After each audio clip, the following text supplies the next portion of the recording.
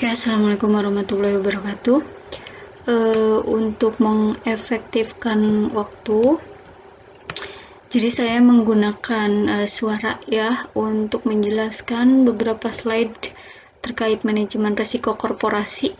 Nah, di sini tidak hanya dijelaskan manajemen risiko korporasi saja, tetapi di dalamnya juga dijelaskan terkait organisasi dan fungsi manajemen risiko.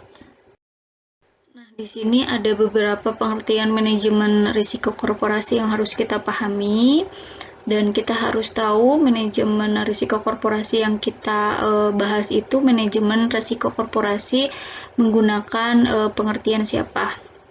Nah, di sini kan ada menurut LAM 2007, menurut OJK 2016 ya, menurut Hubbard 2009 ya. Namun kita menggunakan Rustam 2017. Jadi menurut Rustam ya, manajemen risiko korporasi di sini yakni serangkaian metodologi dan prosedur yang digunakan untuk mengidentifikasi.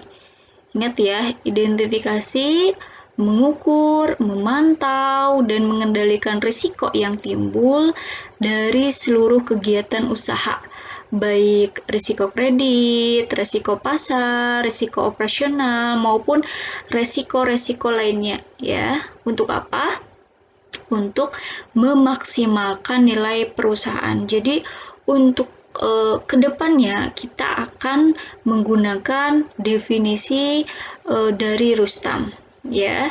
Jadi tadi kata kuncinya serangkaian metodologi ya yang digunakan untuk identifikasi, mengukur, memantau, dan mengendalikan ya risiko untuk memaksimalkan nilai perusahaan. Dalam bahasa singkatnya yang enaknya yang bisa kita pahami, manajemen risiko itu dikatakan sebagai being smart about taking chance atau bersikap cerdas dalam mengambil kesempatan ya. Oke, tadi kita sudah membahas terkait pengertian manajemen risiko korporasi ya. Nah, sekarang kita membahas kenapa penting adanya manajemen risiko korporasi.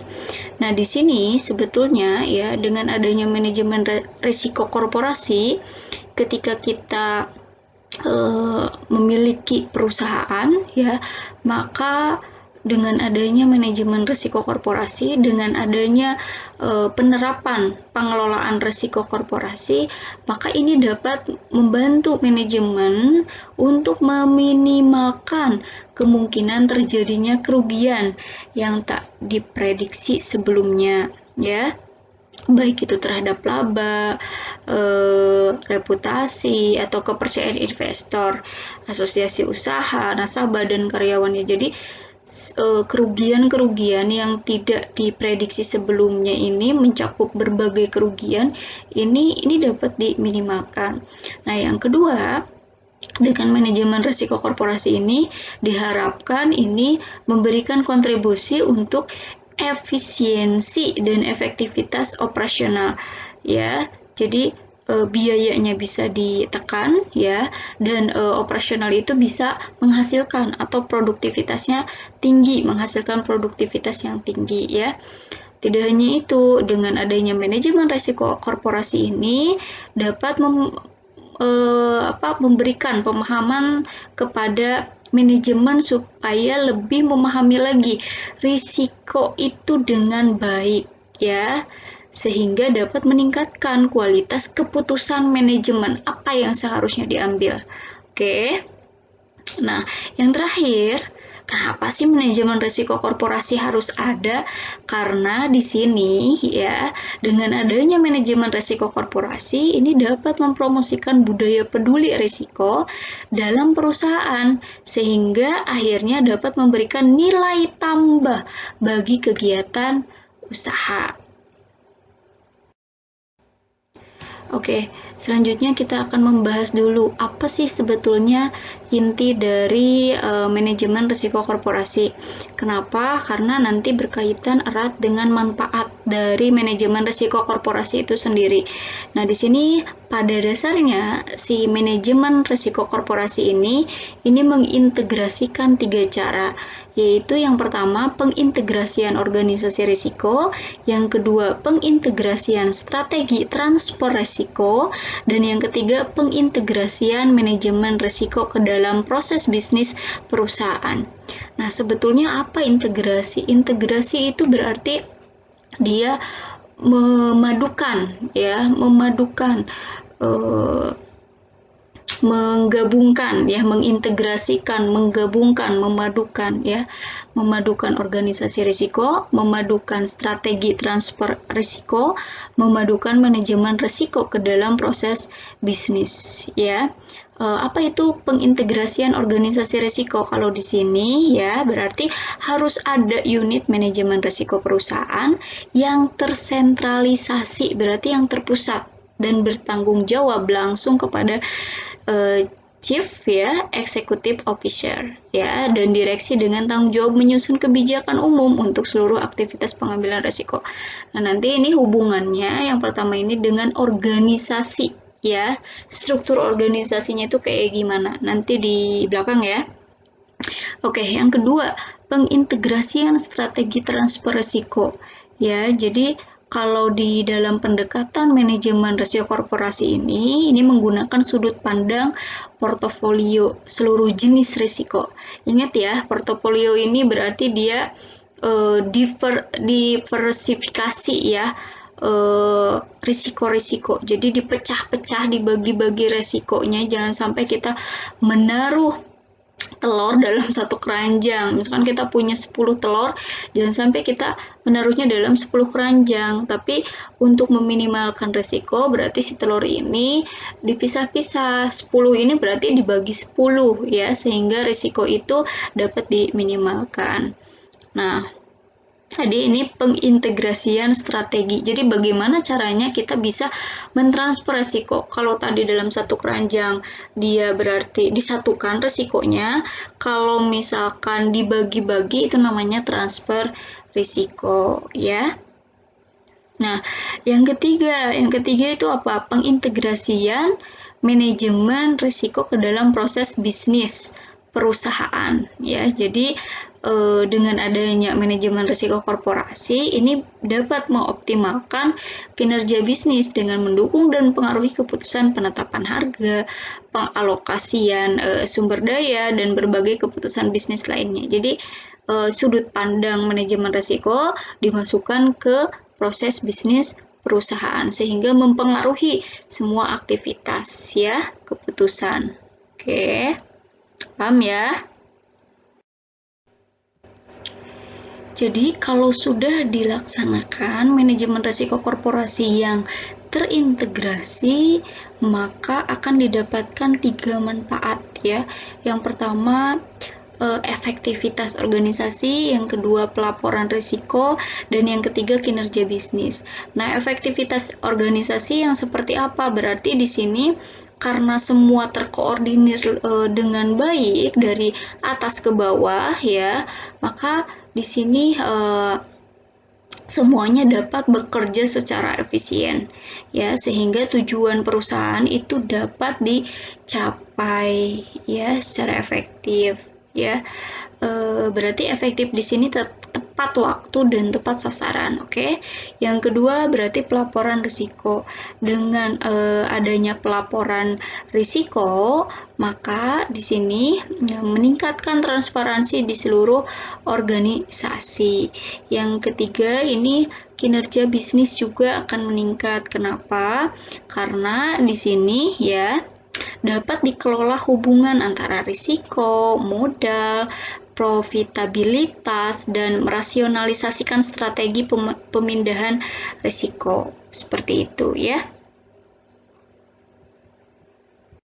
Selanjutnya, apa sih kerangka manajemen risiko korporasi? Nah, sebelum kita masuk ke kerangka manajemen risiko korporasi, kita sebaiknya tahu dulu ya sebetulnya apa prasyarat penerapan manajemen risiko secara efektif.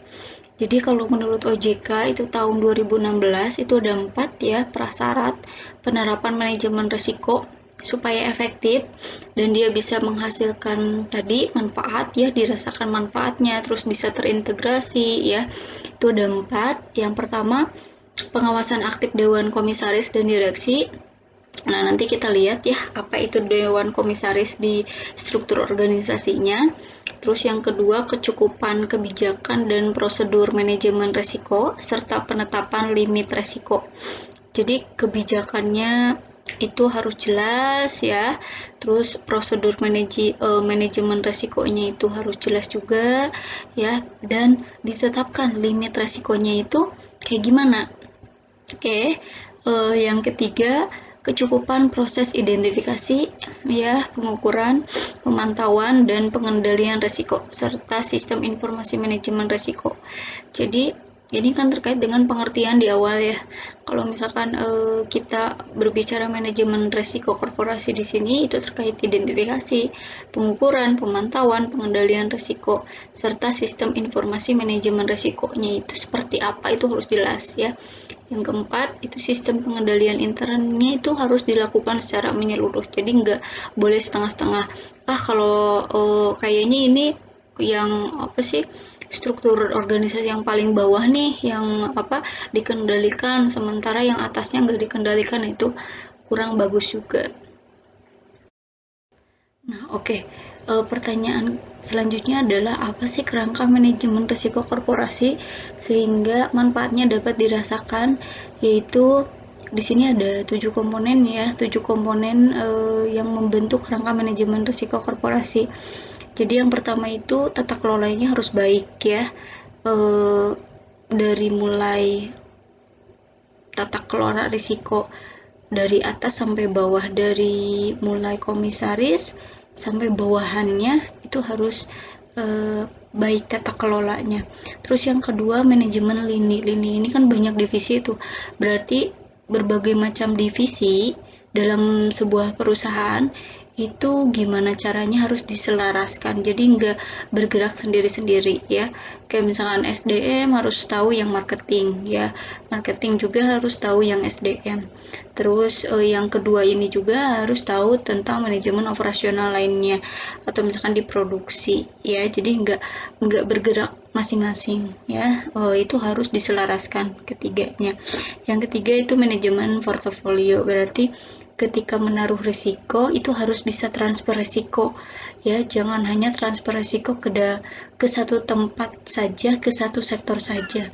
Itu harus benar-benar ditransfer ke berbagai sektor, ke berbagai tempat sehingga meminimalkan kerugian. Yang keempat itu ya, transfer risiko. Transfer risiko di sini lebih kepada bagaimana caranya memindahkan risiko yang terkonsentrasi dan tidak efisien ya.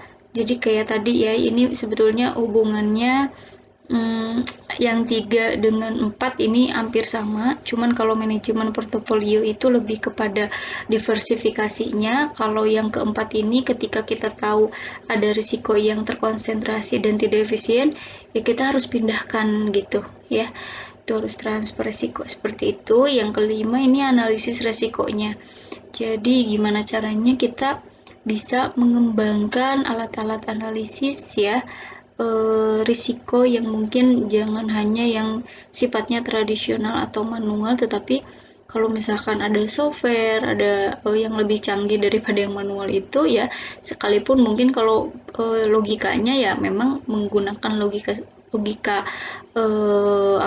manusia gitu, tidak bisa lepas dari logika kita, logika ilmu kita, tapi bagusnya memang menggunakan alat-alat canggih supaya mengefektifkan dan mengefisienkan waktu ya, dan analisis resikonya juga bisa tepat sasaran juga ya. Oke. Yang keenam, sumber daya data dan teknologi. Jadi kita harus mengintegrasikan data ya, kemampuan data dan sistem. Oke, yang ketujuh, manajemen stakeholder. Jadi di sini perlunya meningkatkan transparansi risiko untuk para stakeholder utama. Jadi istilahnya jangan disembunyikan ya. Kalau di manajemen keuangan itu kan ada pasar efisien ya. Terkait pasar efisien berarti tidak boleh adanya info-info asimetris atau info-info yang disembunyikan, tetapi info itu bagaimana kita membaginya ke semua stakeholder. Jadi tahu kondisi perusahaan itu seperti ini ya, keuntungannya nanti seperti ini, asetnya seperti ini, itu bagusnya seperti itu ya. Itu terkait kerangka manajemen risiko korporasi.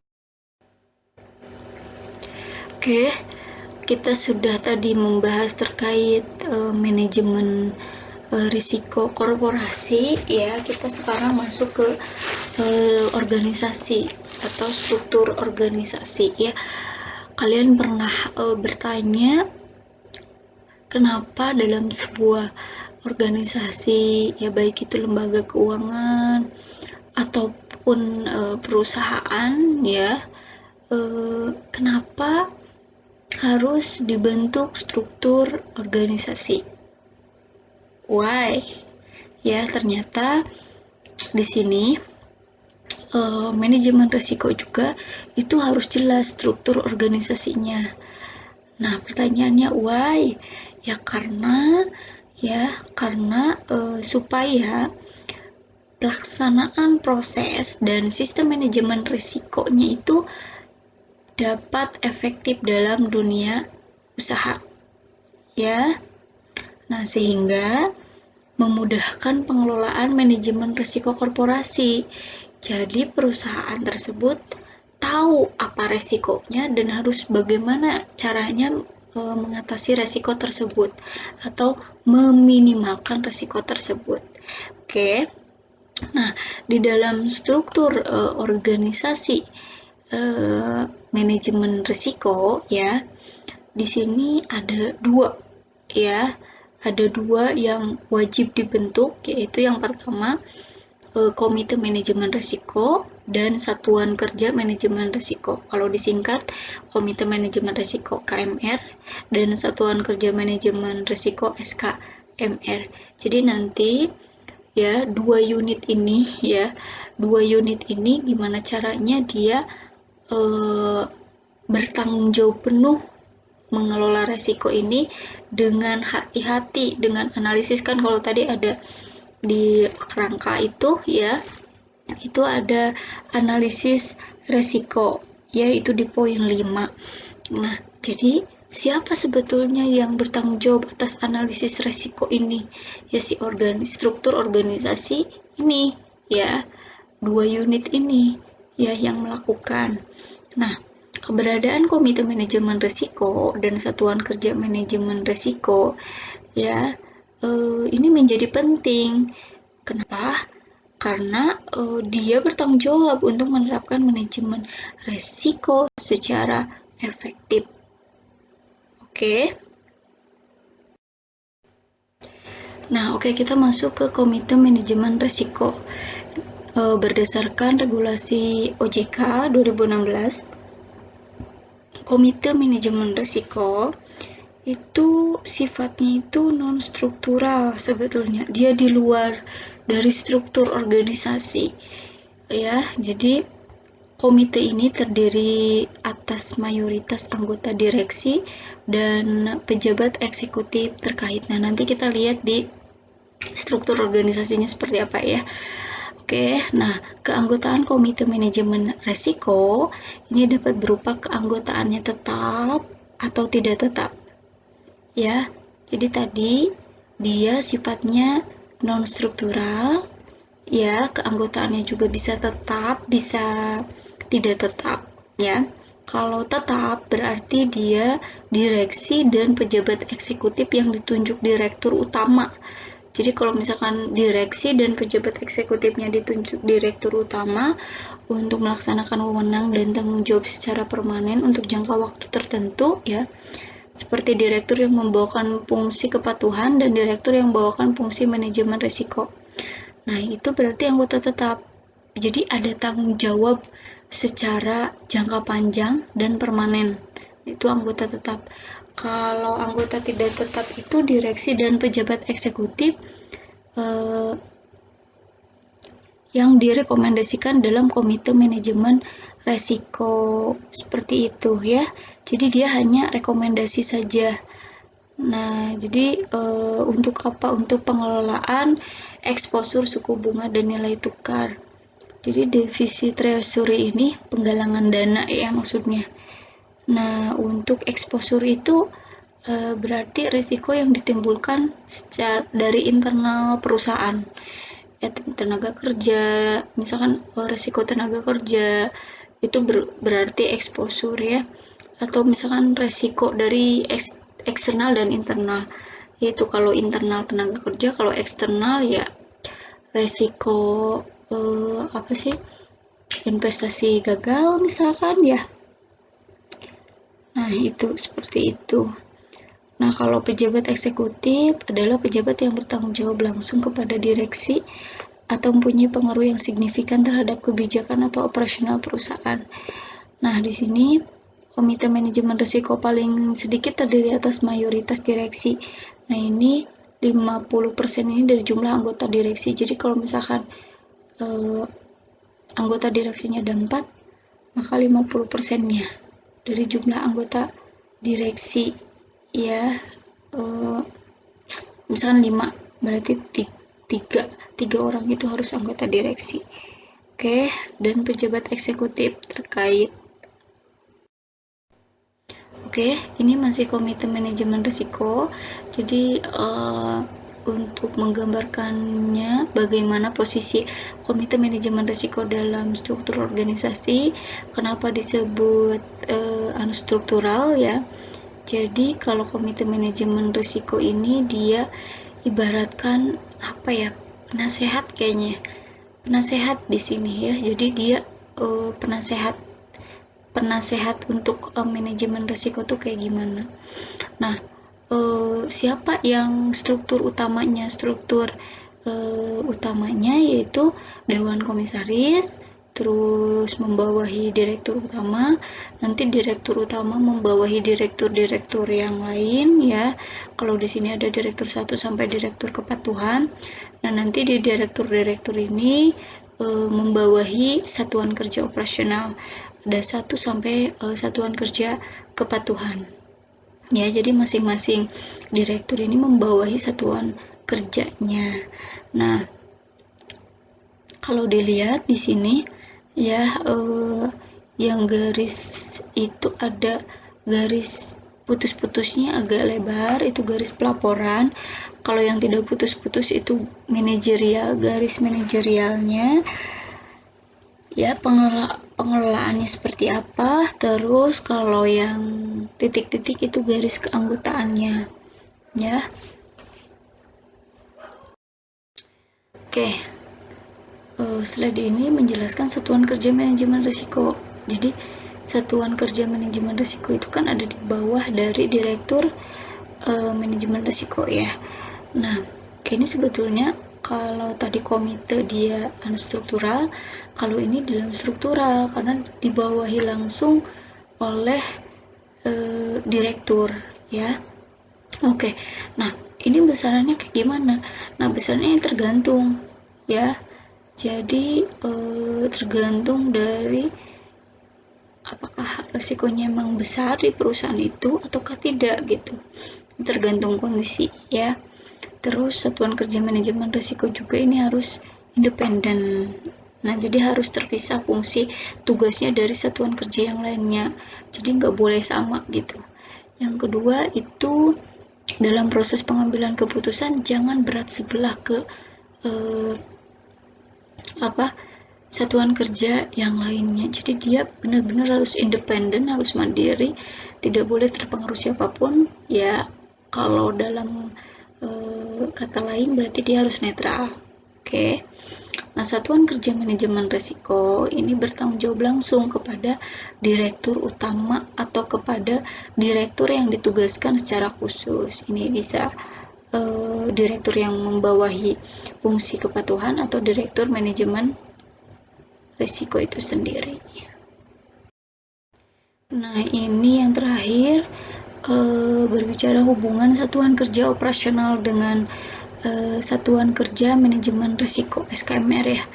Nah, satuan kerja operasional ini risk taking unit ini wajib menginformasikan exposure risiko, yaitu besaran risiko yang muncul baik itu dari dalam perusahaan maupun dari luar perusahaan ya, yang melekat pada satuan kerja yang bersangkutan kepada SKMR secara berkala.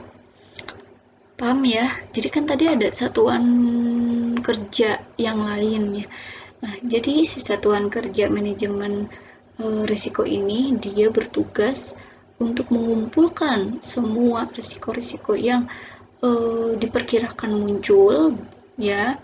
Ini berdasarkan hasil analisis dari satuan kerja yang lainnya ya. Dan ini harus secara berkala, bisa seminggu sekali, 2 minggu sekali, sebulan sekali misalkan ya. Frekuensinya ya bergantung kepada karakteristik jenis risikonya, apakah dia memang udah emergency misalkan ya. Jadi kalau misalkan dibiarkan begitu saja walaupun sejam gak bisa ya harus segera dilaporkan.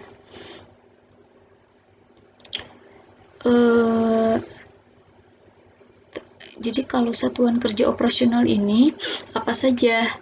Nah, ini ada satuan kerja pengkreditan, treasury itu penggalangan dana ya, nyari hibah gitu-gitu. Dan pendanaan ataupun bagian-bagian lain di sebuah korporasi. Jadi bila ada exposure yang mempengaruhi bisnis sebuah korporasi harus disampaikan secara berkala, baik bulanan, triwulanan, sesuai dengan profil risiko dan kompleksitas korporasi. Bagi sebuah perusahaan tambang ya, perubahan naik turun harga komoditas minyak, batu bara dan lain-lain tentu saja akan berpengaruh kepada exposure bisnis korporasi, dan ini harus disampaikan oleh unit bisnis kepada SKMR korporasi secara berkala. Itu contohnya ya. Jadi semoga penjelasan kali ini dapat dipahami ya. Kalau misalnya ada pertanyaan silahkan kalian tanyakan di forum ya, atau misalkan di grup, terserah ya. Kalau forum kan memang mewajibkan untuk bertanya ya, dan mewajibkan untuk menjawab juga. Jadi kalau misalkan kurang puas di forum ya, dengan jawaban temennya bisa tanyakan langsung ke saya. Oke, mungkin itu saja ya. Selamat mengerjakan kuis, tugas, forum ya. Dan terima kasih sudah mendengarkan suara saya di slide ini. Semoga jelas ya. Oke, assalamualaikum warahmatullahi wabarakatuh.